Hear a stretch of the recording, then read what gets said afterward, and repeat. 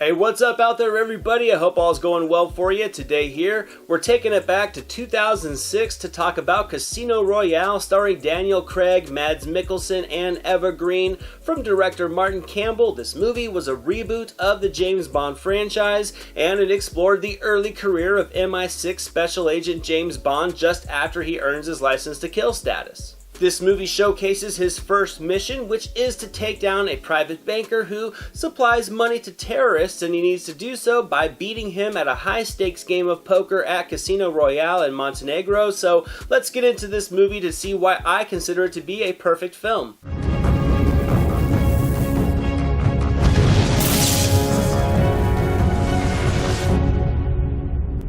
Now, way back in 1995, director Martin Campbell and Pierce Brosnan revitalized the 007 franchise with GoldenEye. It was a fantastic movie. Campbell wouldn't return after that, but Brosnan would go on to star in 3 more sequels as the suit-wearing spy. But, I mean, by the time Die Another Day came around in 2002, the series was a bit of a joke. To me, the last couple movies were almost like high-financed parodies of the Bond franchise and just the spy genre in general. The storylines were wildly over the top, but I do think they had a lot of fun to them. However, the characters were overly cartoonish, the dialogue felt overly campy, there was also a heavy reliance on digital effects that to me almost instantly started to age after the film's release, and once Die Another Day ran its course in theaters, it was decided that the franchise needed a reboot and a new face behind the character. A grittier, more serious tone and practical stunt work was also going to be a focus. So Martin Campbell was called on once again to reinvigorate the franchise and the character with Casino Royale. And I have to say, I think he succeeded by delivering a rare perfect film in modern cinema. From top to bottom, I view this movie as a flawless film for what it wanted to accomplish. Immediately, when the film opens up, we can meet our new James Bond and Daniel Craig. He's out on his first mission to get his 00 agent status, and right away, you can see the tone is going to be much more grounded, much more visceral and realistic, and I loved it. I think it set the stage perfectly for being able to watch this character grow in front of our eyes as he embarks out on his first mission. And this tone is where I think Daniel Craig really thrived in the role by making the character feel much more humanized with a lot of pure, raw emotional reactions. He was still very suave and debonair when needed, but he was also able to capture some sincere moments of doubt and rage and resentment, even a lot of internal conflictions. At times this came through the dialogue, other moments it came from his actions, and at times it came from his physical expressions alone, and I thought it was fantastic. I thought he really created a character that was very much James Bond, but also kind of a new agent without a lot of experience, and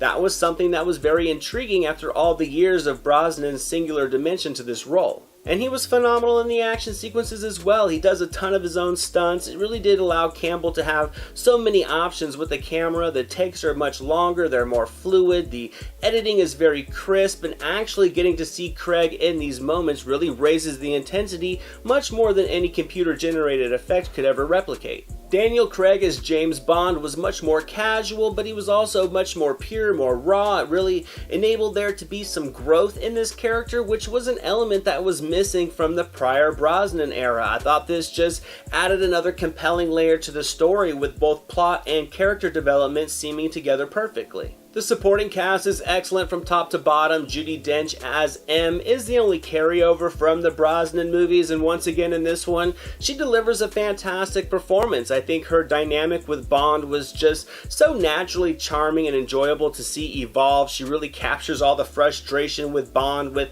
a real pure, true authenticity, and I thought the chemistry between them was just a very appealing mix of boss and worker and mother figure and son. I thought Eva Green brought the film a great portrayal to her character as well. She too had a great chemistry with Daniel Craig. I thought their back and forths were just so awesome to watch. The dialogue was extremely sharp-tongued, it was very clever, and Green and Craig just delivered their lines flawlessly. The playfulness and posturing between them really did show a natural growth to it. It was compelling to kind of see Bond early in his career let his guard down, and it was something that was kind of captured with a genuine progression over the course of this storyline, and I don't think it could have been pulled off without the timing, the connection, and that subtle energy between Daniel Craig and Eva Green.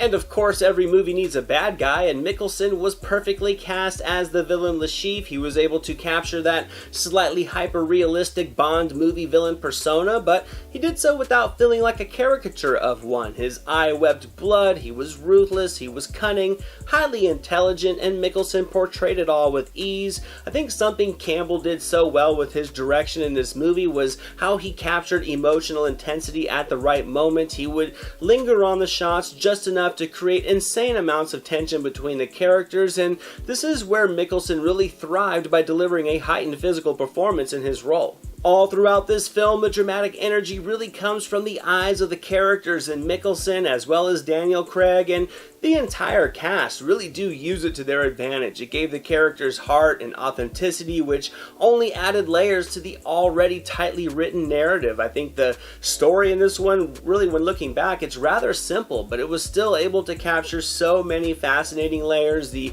crafting of the poker match was just precise, and no matter how many times you watch it, this movie will lock you in. There's no doubt all James Bond movies take you on an adventure, but this one takes you on a well-layered adventure. It's one that's going to grab your attention as soon as it starts. The action sequences are perfectly placed throughout the storyline, and it never gets in the way of the storytelling. It doesn't waste a minute of its runtime. It hits on many different emotional beats. We really get to see the growth of Bond throughout an intricate mission that will keep you guessing throughout. The plot is continually moving forward. The characters are continually growing as well, and it also world builds for future movies, yet it never feels cluttered or choppy. And as for the action, it speaks for itself across the board. It's world class. The first action sequence alone, featuring the free running through the construction site, is enough for the climax of many other action movies, but here it only sets the stage for the international spectacle that is to come over the next 2 hours. The fight choreography was gritty and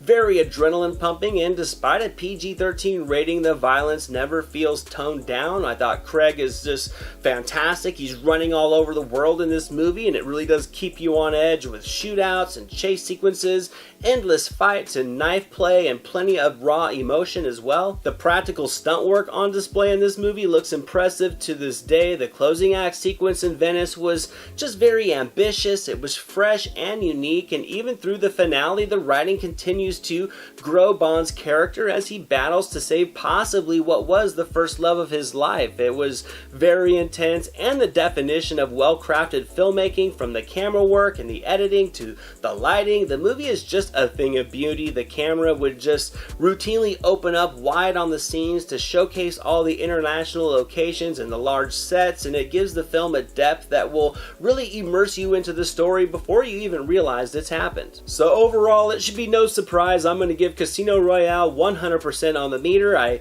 watch this movie at least once a year. I think it's the best Bond film from the Daniel Craig era, and probably the franchise as a whole, but that's just me. I think it has everything you could ask for. It has emotional intrigue, beautifully shot action, creative storytelling, smart writing, impressive direction and editing, as well as a fantastic musical score. So if you want to sit back and watch the complete package in terms of filmmaking, this is definitely a movie to put on that short list. Thank you so much for watching this video, guys. I hope you enjoyed it. If you did, drop it a thumbs up, leave a comment below. I'd love to talk movies with you guys. Share it with your friends, and without question, hit that subscribe button and the notification bell so you can never miss a video. Here are some links to some recent reviews just in case you missed them. All my social media links and the link to our official website are down in the description below, and I'll catch you next time.